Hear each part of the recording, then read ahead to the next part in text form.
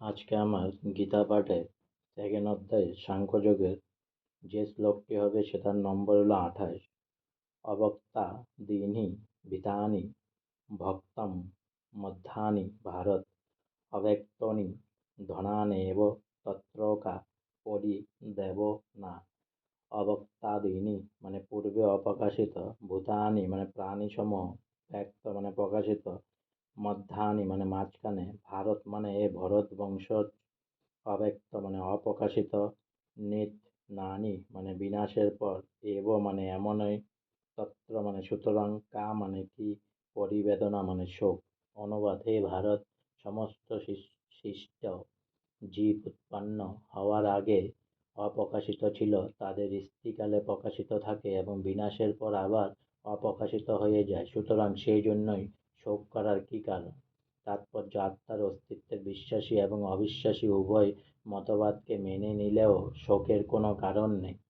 যারা আত্মার অস্তিত্ব স্বীকার করে না, বৌদ্ধিক মতাবলম্বীরা তাদের নাস্তিক বলে অভিহিত করে। তবুও এমনকি যদি তর্কের খাতিরে এই নাস্তিক মতবাদকে সত্য বলে গ্রহণ করা হয়, তাহলেও অনুশোচনা করার কোনোই কারণ নেই, কারণ জড়ের মধ্য থেকে প্রাণের উদ্ভব হয়ে যদি তা আবার জড়ের মধ্যেই বিলীন হয়ে যায়, তবে সেই অনিত্য বস্তুর জন্য শোক করা নিতান্তই নিরর্থক।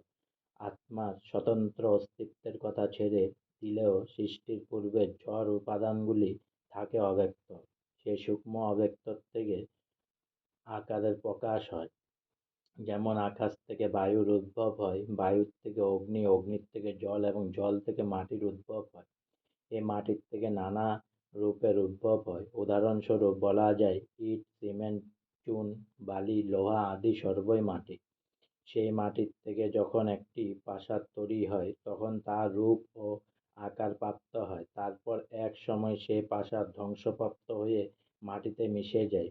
যে বস্তু দিয়ে প্রাসাদটি গড়া হয়েছিল, তার অণু পরমাণুগুলির কোনো পরিবর্তনই হয় না। শক্তি সংরক্ষণের নীতি বর্তমানে থাকে, কেবল সময়ের প্রভাবে তার রূপের প্রকাশ হয় এবং অনন্তধান হয়।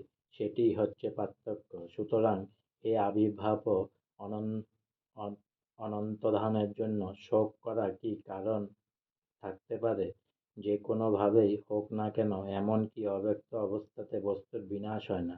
আদিতে ও অন্তেও জড়ের রূপ থাকে না, কেবল মধ্যে তার রূপ ও গুণের প্রকাশ হয়ে আমাদের ইন্দ্রিয়গ্রাহ্য হয়। সুতরাং এর ফলে কোনো জড় জাগতিক পার্থক্য সূচিত হয় না। আর আমরা যদি ভগবদ্গীতায় উক্ত বৈদিক সিদ্ধান্তকে মেনে নিই, অর্থাৎ অন্তবন্ত ইমে দেহা, এ জড় দেহটি কালের প্রভাবে বিনষ্ট হবে, নিত্য সত্তা শরীরহীন, কিন্তু আত্মা চিরশাশ্বত, তাহলে আমাদের আর বুঝতে অসুবিধা হয় না যে দেহটি একটি পোশাকের মতো। তাই এই পোশাকটির পরিবর্তনের জন্য কেন আমরা শোক করব? আত্মার নিত্যতার পরিপ্রেক্ষিতে বিচার করে দেখলে সহজে বুঝতে পারা যায়, জড় দেহের যথার্থই কোনো অস্তিত্ব নেই। এটি অনেকটা স্বপ্নের মতো। স্বপ্নে যেমন কখনো আমরা দেখি আকাশে উড়ছি অথবা রাজা হয়ে সিংহাসনে বসে আছি, কিন্তু যখন ঘুম ভেঙে যায় তখন বুঝতে পারি আমরা আকাশেও উড়িনি অথবা রাজা হয়ে সিংহাসনেও বসিনি। আমাদের